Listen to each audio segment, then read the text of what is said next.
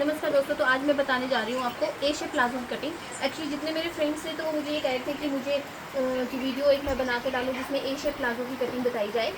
और ये जो वीडियो है खासकर मैंने बिगनर्स के लिए बनाई है, जो ये वीडियो देखकर आराम से अपना ए शेप का प्लाजो कटिंग कर सकते हैं। देखिए जो नाप है इसमें कस्टमर का जो हिप है वो 41.5 है, जो उसकी थाई है वो 27 है, और जो हमारे प्लाजो की लंबाई रहेगी वो 35.5 रहेगी। तो सबसे पहले हम जो हमारा कपड़ा है इसको हम इस तरह से 4 फोल्ड में बिछा लेंगे। जो 2 पल्ले हैं वो थोड़े से बैक जो पल्ले रहेंगे वो थोड़े से ऊंचे रहेंगे और फ्रंट पल्ले थोड़े से नीचे रहेंगे। ये देखिए आप इसको 2.5 इंच का गैप लेके चलेंगे। ठीक है, अब मैं आपको बताती हूँ कि हम किस तरह से कटिंग करेंगे। सबसे पहले तो हम 3 इंच का जो मार्जिन लेंगे ये हमारी बेल्ट का मार्जिन है।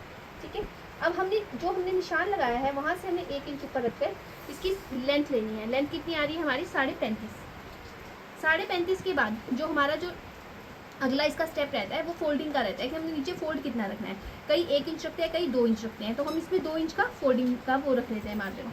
ठीक है, अब सबसे पहले हम इसमें जो आसन का निशान निकालेंगे। अब जो हिप है हमारे वो है 41.5, तो 41.5 को हम 4 हिस्सों में डालेंगे। देखिए मैं अपने जो बिगनर्स हैं उनको इस तरह से एडवाइस करूँगी कि वो इस तरह से कर इसको 4 हिस्सों में कर सकते हैं ताकि उनको कोई भी गलती ना हो और वो ईजिली अपने प्लाजो की कटिंग कर सकें। देखो चौथा हिस्सा जो हमारा ये आ रहा है ये 10.2। ठीक है, तो ये हमारा ये निशान आया। अब हम इसमें 2 इंच का मार्जिन ऐड करेंगे। ये देखिए, तो हमारा जो ये आसन रहा ये रहा 12.2। ठीक है, अब हमारे जो निशान रहे ये देखिए, अब हम इनको क्या करेंगे, इन निशानों को इस तरह से लगा देंगे। ये हमने निशान इस तरह से लगा दिए।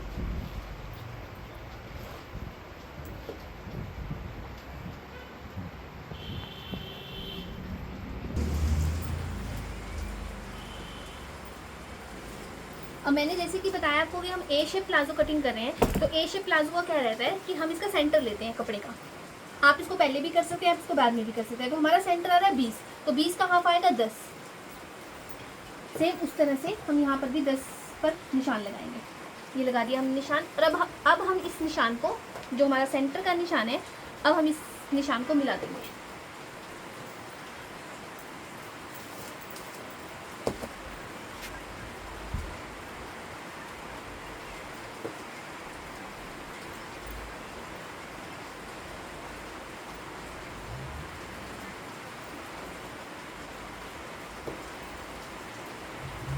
ठीक है, देखिए अब मैंने आपको बताया था कि हमारे जो प्लाजो की लंबाई है वो है 35.5, तो ये 35.5 आ रही है।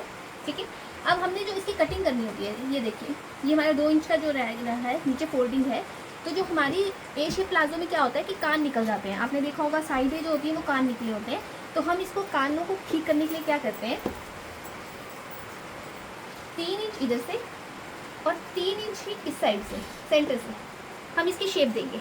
ये मैंने आपको 35 पे लगा के दिखाया। सेम नीचे हम 3 इंच और सेम उसका 3 इंच का इस साइड देंगे। ठीक है जी, अब कोने से हमने इसको 1 इंच का निशान लगाना है इस साइड, और सेम कोने से इस साइड भी 1 इंच का निशान लगाना है। और अब इसकी शेप हमने किस तरह से, बहुत डीप यू नहीं देना, इस तरह से हल्का हल्का शेप इस तरह से लाना है। ठीक है, आप समझ पा रहे होंगे कि मैं क्या बताना चाह रही हूँ आपकी, ताकि इसके कान लटके नहीं। ये देखिए, कई इसको 1.5 इंच की भी देते हैं शेप इस तरह से। आप 1.5 की भी देना चाहें तो 1.5 की भी दे सकते हैं, पर 1 इंच की इनफ होती है। अब इसके बाद हमारा जो रहेगा वो रहेगा हमारा अगला स्टेप। देखिए अब हमारा तीरा कितना है वो है थाई कितनी है वो है 27। ठीक है, प्लाजो की थाई हमने जो कस्टमर की थाई है वो है 27। तो 27 का हम जब 4 हिस्सा करेंगे, वही सेम मैंने जैसे बताया कि हम 4 फोल्ड करते हैं, तो 4 फोल्ड के हिसाब से ये आ रही है, ये देखिए पूरा 7 भी नहीं है, 7 से 1 पॉइंट कम है। ठीक है, तो ये हम ये लगाएंगे और इसमें हम 1 इंच का मार्जिन ऐड कर देंगे। ठीक है जी, जैसा सेम हमने यहाँ किया है वैसा ही सेम हम अब इस साइड करेंगे। ये देखिए, ठीक है, और सेम इसमें हम 1 इंच का मार्जिन ऐड कर देंगे। देखिए मैं अपने बिगनर्स के लिए बना रही हूँ, इसलिए मैं हमेशा 1-1 इंच का मार्जिन ऐड करने की सलाह देती हूँ ताकि कोई भी गड़बड़ ना हो सके। कटिंग में अगर हल्की हो भी जाए तो आप इजीली उसको ठीक कर सकें। ठीक है, अब इसके बाद हम इसकी जो शेप है वो इस तरह से हम इसकी शेप देंगे। देखिए, अब जो हमने ये निशान लगाया था, अब हम इसको इस तरह से स्ट्रेट रख के इस तरह से हम इसकी शेप देंगे। ये देखिए, ठीक है, दोनों साइड में। और यही सेम हम यहाँ पर निशान था हमारा, तो हम इसकी यहाँ से शेप, ठीक है। अब देखिए, जो ये वाली शेप है इसको हम स्ट्रेट ले जाएंगे।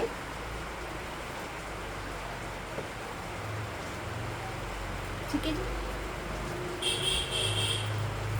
अब हमारा हिप कितना है इसमें 41, तो 41 के अंदर हम 6 इंच प्लस करेंगे। तो ये देखिए 41 है, तो इसमें 6 इंच हम प्लस कर रहे हैं, तो ये 46.5 हो जाएगा। ठीक है जी।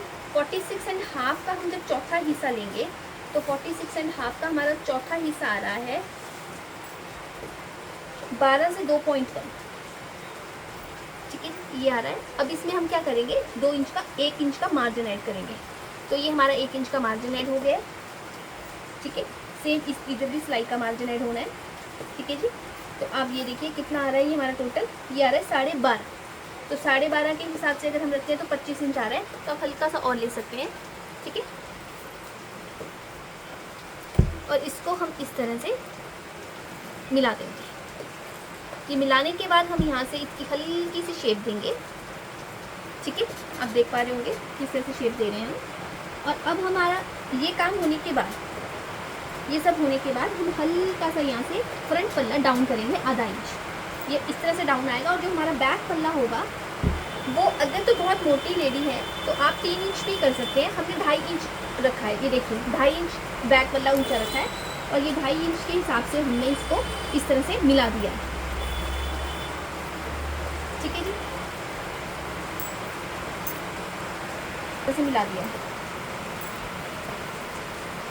आई होप सो कि ये आपको ग्राफ समझ में आया होगा। बहुत इजी है ये ग्राफ समझना, इसमें कुछ भी वो नहीं है। अगर देखिए, ये मैंने लूजिंग में रखा है क्योंकि जो कस्टमर की थाई है वो थाई आ रही है कस्टमर की 27, और अगर मैं यहाँ की बात करूँ तो ये आ रही है 15.5। 15.5 के बाद अगर ये हम स्लाइस वगैरह लगाने के बाद अगर देखते हैं तो ये 14.5 29 आएगी। तो इतना सा लूज होना चाहिए ए शेप प्लाजो। अगर आप बिल्कुल ही फिटिंग वाला ए शेप प्लाजो बनाते हैं तो कस्टमर को खींच मारता है सेंटर से, ये सेंटर पॉइंट से वो खींचना शुरू हो जाता है, जिस वजह से कस्टमर अनकंफर्टेबल फील करता है ए शेप प्लाजो में। यहाँ से आपके आसन के पास से खींच बजेगी और कस्टमर अनकंफर्टेबल फील करेगा। तो आप इस तरह के ग्राफ से आप अपना ए शेप प्लाजो काट सकते हैं। अगर आपको ये वीडियो पसंद आई हो तो प्लीज़ लाइक करिए, सब्सक्राइब करिए। Thank you.